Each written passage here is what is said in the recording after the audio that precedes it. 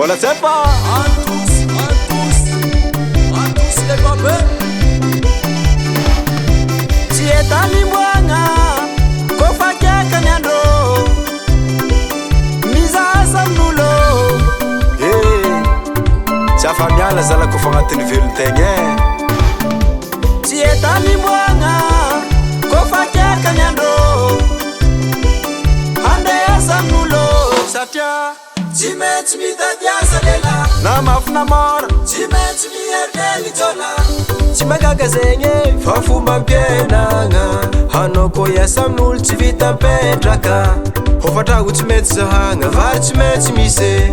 Mahita fogna anao fa mandeha mahitsy. Ô makely zala tsy rerake, aza miboaka amy raha tsy manjary fô.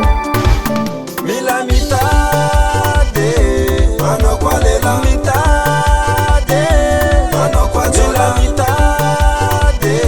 manao koa Tsy maintsy lela. mitady, anao ngiahy fiainagna amizao grave na e mavy tsy na e mora. Tsy maintsy dingitra anao vao milatsaka, zay vao mihinan-kanigny.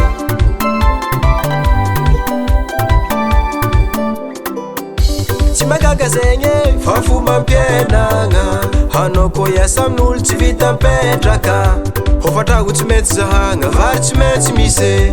Mahita fogna anao fa mandeha mahitsy. Aza magnano moarefa zala mitady vola ty e, sao tafiditra amy lalagna tsy tokony hidira. Antosy le babe, tanan'igny zala. Mandihy antosy, miara mitositosy. Mandihy antosy, miara mitositosy. Mbola tsy efa hoana amin'igny, hoana amin'igny. Atsarovako anjaham-bezala raha zegny e, indrindra zare bivatako. Mila mitady, Manao koa lela, mitady, manao koa mila jola, mitady. manao koa Tsy maintsy lela, mitady, anao ngiahy.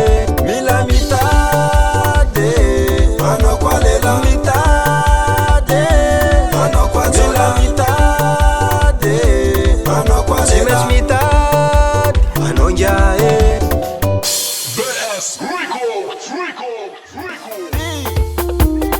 Oara zokey, amfiry matsika miala mo.